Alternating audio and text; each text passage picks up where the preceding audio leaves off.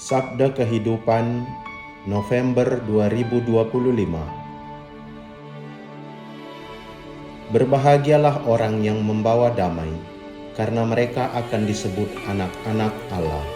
Dikutip dari Injil Matius bab 5 ayat 9. Baru-baru ini, sebuah lembaga penelitian yang didirikan oleh 3 universitas di Italia melaporkan bahwa lebih dari 1 juta pesan kebencian dipublikasikan secara daring dalam 1 tahun.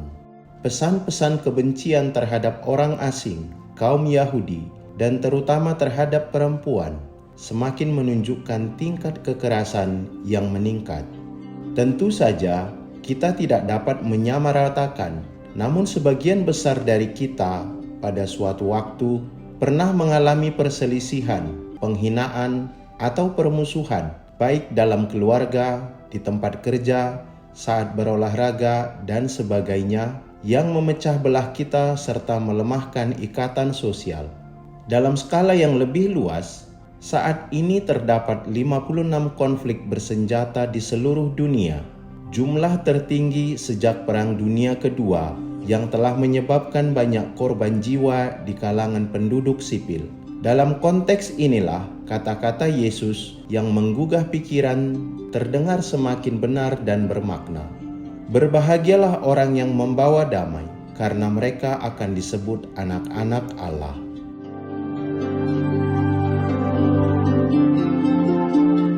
Setiap bangsa dan setiap pribadi merasakan kerinduan yang mendalam akan damai, keharmonisan, dan persatuan. Namun, meskipun kita telah berusaha dengan niat baik, setelah ribuan tahun sejarah umat manusia, kita masih belum mampu mencapai kedamaian yang stabil dan abadi. Yesus datang untuk membawa damai, sebuah damai yang sebagaimana Ia katakan, tidak seperti yang diberikan oleh dunia, karena damai itu bukan sekedar ketiadaan perang, pertikaian, perpecahan, atau luka batin.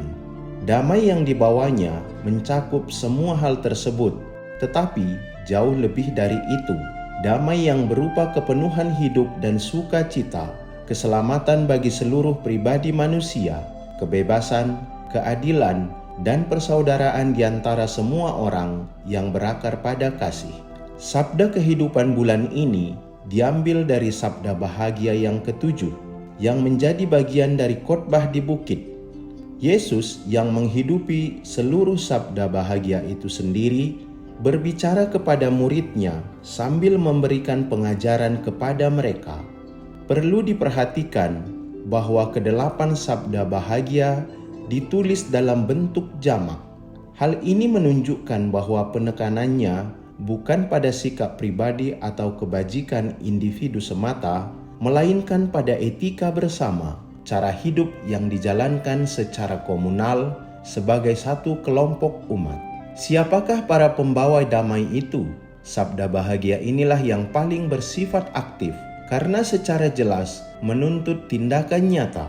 Kata-kata yang digunakan serupa dengan ayat pertama dalam kitab suci yang berbicara tentang penciptaan, menandakan adanya inisiatif dan kerja keras. Kasih pada dasarnya bersifat kreatif, selalu mencari cara untuk memulihkan dan mendamaikan meski harus berkorban. Mereka yang telah belajar seni membangun damai dan menghayatinya dalam hidup disebut sebagai anak-anak Allah.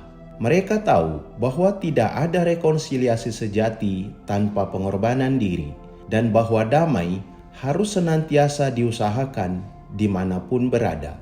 Namun, semua ini bukan hasil usaha manusia semata, melainkan buah dari rahmat yang diterima dari Kristus, yang adalah damai sejahtera kita dan yang telah menjadikan kita anak-anak Allah.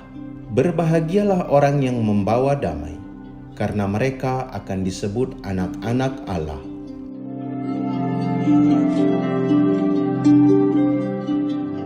Lalu, bagaimana kita dapat menghidupi ayat ini? Pertama, dengan menyebarkan kasih yang sejati dimanapun kita berada. Kedua, kita perlu turut bertindak ketika damai di sekitar kita terancam.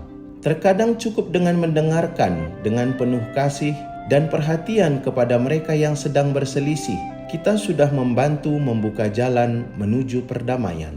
Selain itu, ayat ini mengajak kita untuk tidak mudah menyerah sampai hubungan yang retak, yang seringkali dikarenakan hal-hal sepele, dipulihkan kembali. Mungkin kita dapat mengadakan kegiatan khusus di lingkungan, kelompok, komunitas, atau paroki kita untuk menumbuhkan kesadaran akan pentingnya damai. Di berbagai belahan dunia, terdapat banyak inisiatif besar maupun kecil yang bertujuan membangun perdamaian. Pawai, konser, konferensi, dan kegiatan sukarela, semuanya menggerakkan arus kemurahan hati yang menumbuhkan dan meneguhkan damai sejati. Ada juga program pendidikan perdamaian seperti Living Peace. Hingga saat ini lebih dari 2 juta anak, remaja, dan orang dewasa di lebih dari 2.600 sekolah dan kelompok di 5 benua telah terlibat dalam berbagai inisiatif di dalamnya. Kegiatan tersebut antara lain meluncurkan Dadu Perdamaian, Peace Dice, yang terinspirasi dari seni mengasihi yang diajarkan oleh Kiara Lubih, dengan kalimat-kalimat pada setiap sisinya yang membantu menumbuhkan hubungan damai. Ada pula gerakan Time Out, yaitu momen keheningan, refleksi, atau doa untuk perdamaian yang dilakukan setiap hari pada pukul 12 siang di seluruh dunia.